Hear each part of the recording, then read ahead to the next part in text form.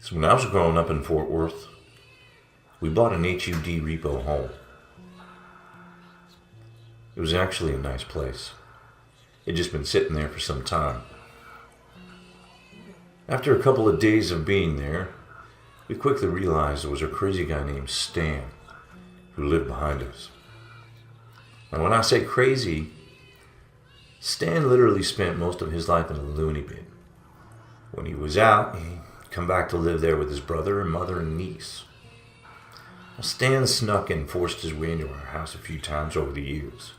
You'd even catch him peeking in the windows and stuff.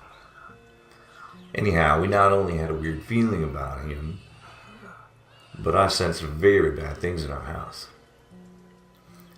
I would see these little blue balls of light, little orbs, that were anywhere from 2 inches all the way to 8 inches around. They would zip and streak through the house, often about a foot or two off the ground, and sometimes up the wall, sometimes through my legs. It was almost as if they were playing with each other and me. Now, they never scared me, and I felt good about them. Then, there were reflections of people, a family. I would see in the glass of the house. So usually I would see them in the corner curio cabinet. It was a mother, father, brother, or sister. Now, it wasn't ever clear enough to actually see their faces distinctly. But you could make out their gender, and you could tell what kind of clothing they were wearing. And they were modern day folks for the time, which was mid-80s. And I bet I called my mom into the dining room 20 times to look at the people in the glass with me. But she could never see them. I never was scared of them either. More curious, with almost a sense of sorrow for them. Often wondering if they died or if, I don't know, if they were in another dimension. You know? Okay, now for the bad parts. Well, one not as bad as the other. So, I always say the black shadows in our house. That's what I call them. And I could literally watch the black, blurred figure of a person walk from one room to another in our house. They would most often be in the area of the dining room, living room, mine, or my parents' bedrooms. I guess that's pretty much everywhere. But they never tried to hide from me, and presented themselves often, actually. Sometimes one at a time, sometimes two. There were shorter ones, taller ones. There were even ones that would ride in the car with you. They always instilled a sense of fear in me. And I always felt as if one moved to Tennessee with us, too. As I would see one in the back seat of the car and in my grandmother's house in McEwen for a long time.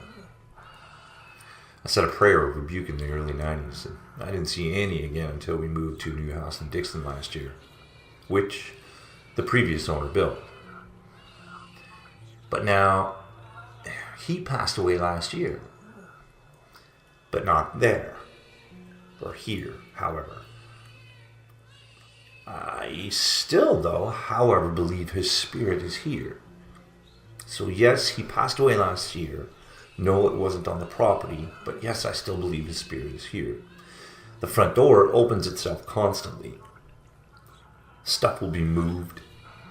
Pets, inside or out, will be opposite of what they were left. You'll hear footsteps, noises. Still, not a really bad feeling with this one, but I ask it to leave me alone. Now for the worst part. So, back to this house in Texas. This was on White Oak Lane. I always had the most overwhelming fear of danger and evil coming from my bedroom and sunroom behind it. Nothing could shake it. I sensed something bad had happened in there, and that something evil lurked. A giant black shadow in the shape of the devil's head would appear almost every night. It would hover over my bed, leave me paranoid, restless, and shaking in fear. I used another closet in a different room, and I would run through my bedroom scared just to touch the floor. I hated it. Nonetheless, I didn't have a choice of moving to a different room. So one day, our house gets broken into. We wound up coming home in the middle of the burglary and not realizing this guy was still inside the house, even though I kept telling my mom and dad that I kept hearing something in the attic. They broke in through my bedroom window and cut themselves pretty badly. Actually, they left a trail of blood straight to my parents' room into the pistol under the mattress, which wound up being the only thing that they took. So, fast forward a few weeks and my mother goes into the closet in the sunroom looking for something, and she finds blood all over her wedding dress. The burglar had been hiding in the closet. We also found blood in the attic. So, my parents call and have an alarm system installed. Of course, it's during the summer. And I would sometimes sleep in if my parents had worked late. And then after I got up and ate breakfast, I would ride my bicycle to the restaurants that my parents had managed, and I'd earn some extra money working there. So, one day, I prop my bicycle against the storm door, and I shut the front door so that I can set the alarm. Now, as I reach up to push the buttons, something grabs me by both arms, around the bicep area, right from back, picks me up off the ground, and starts shaking me violently while roaring in my ear like a